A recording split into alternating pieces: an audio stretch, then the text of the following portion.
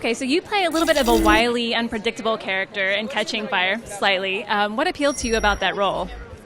As an actor, you have to have a bit of unpredictability when you are performing anyways, and so a character that's sort of based on a fiery unpredictability is just so much fun because you really get to embrace it so much more, and on set gets kind of crazy. Particularly if you're working with people that you respect and admire, like I was, like they really let me go wherever I wanted, and you feel safe and secure, so it was nice. And this set obviously was kind of crazy with the water and the woods, and what was it like to be on set and just kind of running around and dealing with all that? Yeah, this film coming from the first Hunger Games, Catching Fire, sort of all bets are off. It's like on every level, it's like a completely new chapter. And so I don't think, having to brave all these new elements, it kind of felt exciting, to kind of feel like we're actually going through something together. So your character Beetee is a little quirky. What attracted you to the character?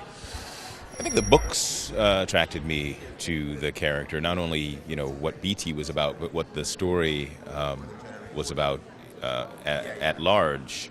In that, yes, big budget movie, a lot of action, sci-fi elements, and all that. But as well, there are ideas being presented underneath that are relevant and important for younger audiences and older audiences alike. We're examining ideas of war and class and the consequences of war on humans and on warriors, and so that's important stuff. It's good stuff, and if we can do it in a way that's thrilling and exciting for an audience, that's what it's all about. So Cinna and Katniss's relationship is one of my favorites in the series to watch evolve. How will we see them change in Catching Fire? Well, they're as tight as ever and getting tighter, and of course the level of trust is really there now, and he's really got her back. And you'll see what happens in the last scene that we have together. It's quite emotional. Yeah, he really puts himself on the line for her and makes political statements. Oh, yeah. Was that fun to kind of get involved in this movie? Yeah, and he has to. It's the only way he can really express it, through the fashion, and through his attitude. So that was a good move. Okay, so Prim obviously gets to go through a lot more in the next movie, and Katniss is home and she has to start processing what happened. What can we expect from Prim? She also has to deal with what happened. Yeah, she's, since, Katniss has already gone to the Hunger Games, they've gone through a lot already.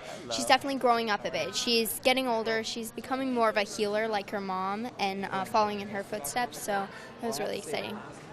And have you read ahead? Do you know what's coming for Prim? Yes, I do. Yeah, but it's exciting. Her character gets bigger and bigger, so it's going to be amazing to be able to play that. Yeah, I really like seeing how she developed as the books go on. Me too, definitely.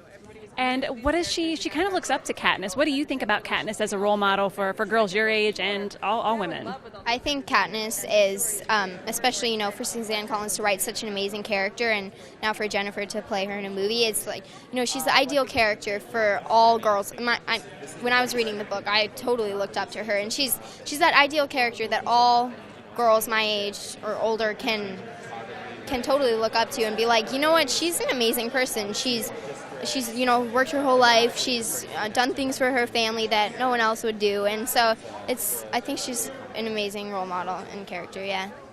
I agree. Now, have you been tempted at all to pick up the bow and arrow in real life to learn to be like Katniss a little? I have done bow and arrows a lot before with my friends, but I'm definitely not as good as her yet.